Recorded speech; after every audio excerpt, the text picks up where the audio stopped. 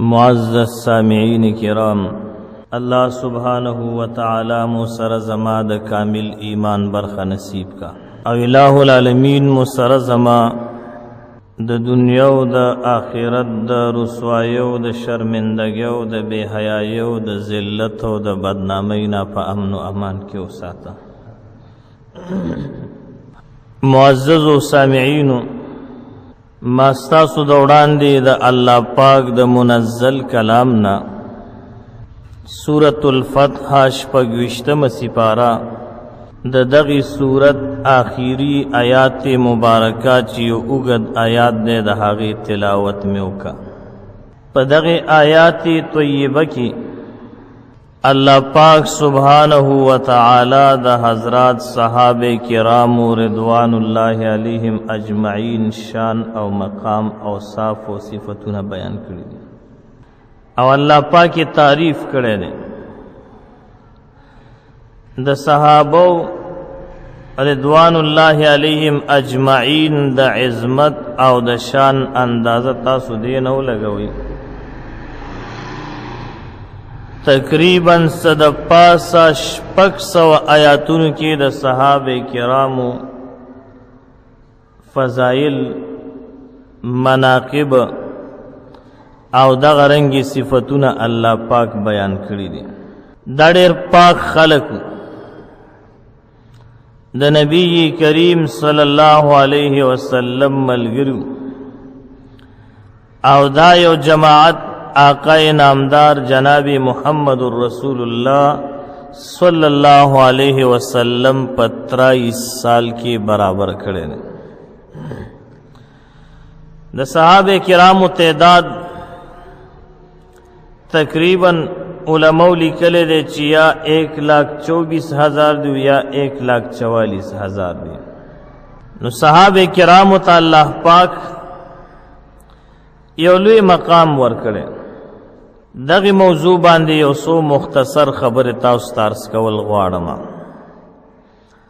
الله پاک دې ماته د صحیح وینو تاسو ټول مسلمانانو ته د صحیح اوریدلو توفیق را نصیب کړي. هغې نه بعد دې الله پاک اول ماتو بیا تاسو ټول سامعین مسلمانانو ته د عمل توفیق هم را نصیب کړي. قاضی عیاض رحمت الله تعالی علیه دا یو مشهور عالم صوفی او بزرگ تیر شوه دی او بہترین عالم دی. د یو کتاب لیکلے د هغه کتاب نوم دی شفا. په هغه کې فرمایي چې د نبی اکرم صلی الله علیه وسلم اعزاز او اکرام کې دا خبره داخله ده چې د نبی اکرم صلی الله علیه وسلم د صحابو اعزاز او اکرام کول او د دوی حق پیژندل او د دوی تابعداري کول او د دوی تعریف کول او دوی د پاره استغفار او دعا کول. یعنی څوک چې د صحابه کرامو رضوان الله علیهم اجمعین عزت کوي، د هغوی اکرام کوي، د صحابه کرامو حق پیژندلې وي، د صحابه کرامو تابعداري کوي، دغه رنګې د صحابه کرامو تعریف کوي، د هغوی مدح بیانوي او دوی د پاره استغفار وي. استغفار درجاتو بلندېدو د پاره راځي چې الله پاک د صحابه کرامو درجات بلند کړي، دوی د پاره د خیر دعاګانې کوي. او بل دا چې د صحابه کرامو په منځ کې کم اختلاف راغلی او په هغې دور کې نو په هغې کې خپله خوله بنده وساتي، خاموش اوسېدل ورله پکار دي. نو څوک چې دغه کارونه کوي نو د په حقیقت کې د چا عزت وکړه؟ د جناب محمد رسول الله صلی الله علیه وسلم عزت وکړه. د نبی اکرم صلی الله علیه وسلم اکرام وکړه. د نبی علیه السلام خیال وساتلو. بعضی روایات داسې راغلي دي، بعضی مورخینو لیکلي دي چې هغه د شیعاګانو روایتونه دي. هغه روایتونه د بدعتیانو دي او د جاهلو راویانو روایتونه دي چې هغې اړونه سند شته نه څه ثبوت شته خو لیکن هغې را نقل کړي دي او هغې د دین اسلام چې کومه پاک کتابونه دي او کم پاک او بهترین د احادیثو کتابونه دي نو هغې کې وردن نه کړي دي نو زمون خلق بیا اکثر ناپوهي نو آپ منبر باندې ناستیو د شیعاګانو روایت بتاته وي آپ په منبر ناسی د بدعتیانو روایت بتاته وي هغه د جاهلو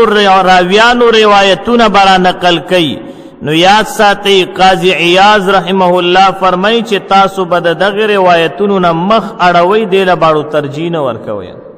لکه بعضې خلق سوی نعوذ بالله وی حضرت معاویه رضی اللہ تعالی عنہ ظالم وو الک استا په خوله باندې دا خبره څنګه راځي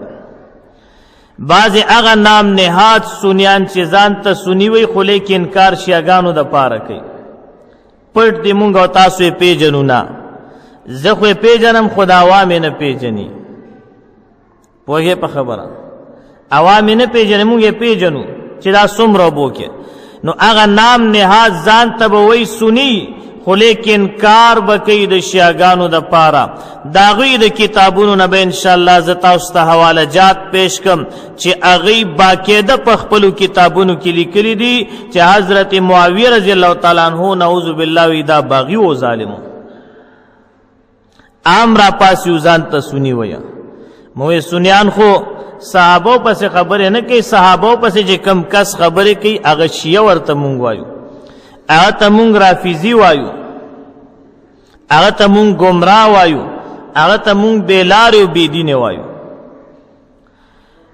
نو دغه روایتونه چې را نقل کړي دي اکثر شیعاګانو او هغه مورخینو چې د شیعاګانو نه متاثر وو او هغه راویان چې د شیعاګانو طرفداري کوله نو هغې د ځان نه سره پیدا کړي دي او دین اسلام دی کتابونو ته دننه کړي نو زمونږ بعضې ملګري ډېر کم فهمه یو پوهېږي نه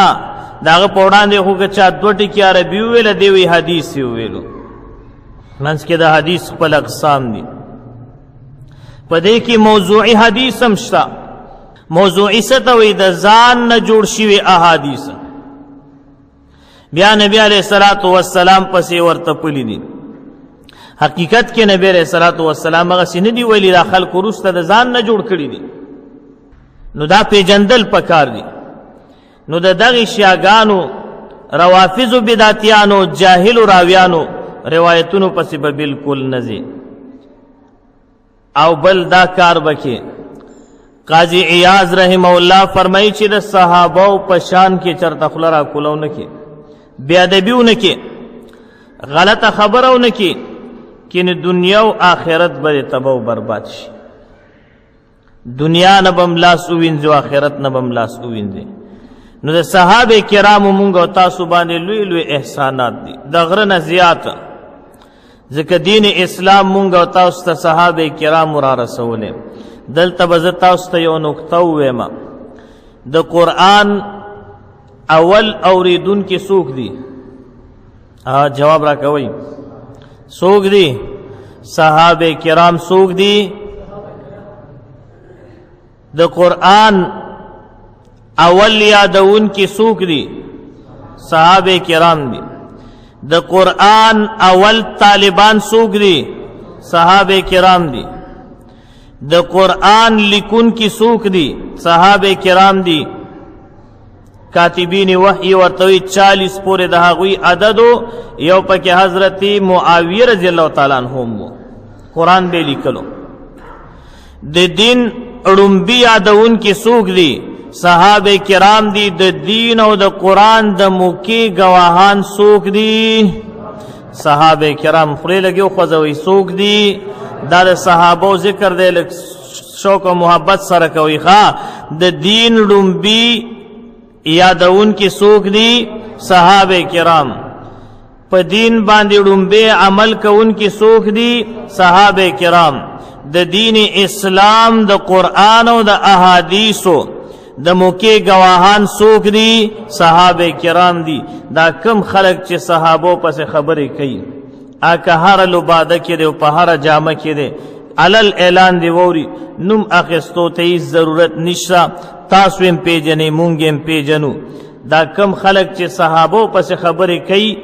او د صحابو سپکاوی کوي دا هغه خلق دي چې دی د موقع ګواه لري کوي چې د موقع ګواه لري شو بس کار خپله خراب شو. دنیا کې چې د چا دشمنی وي او د موقع ګواه پکې وي مخې نه لري کوي که نه لري کوي. نو دا یو میشن را روان دی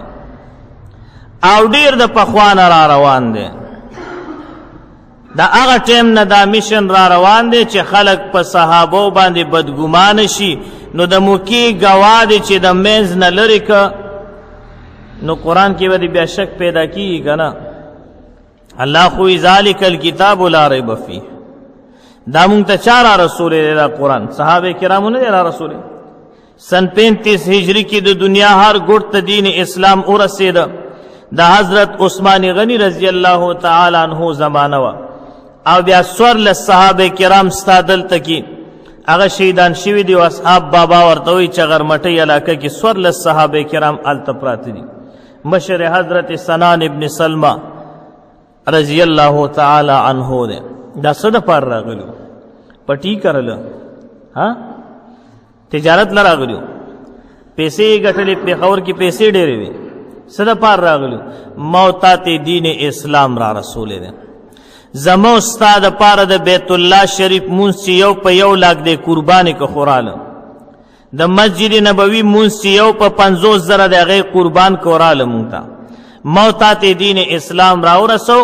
خو لیکن مونږ او تاسو تر اوسه پورې د صحابه کرامو حق ونه پیژندل چې دا صحابه کرام څوک دي. که زه چېرته کې مجلس کې تپوس وکړم چې د نبي علیه الصلاة والسلام مشهور صحابه کرام چې خلفای راشدین دي د هغوی څه نومونه دي زما مسلمان ته پته نشته.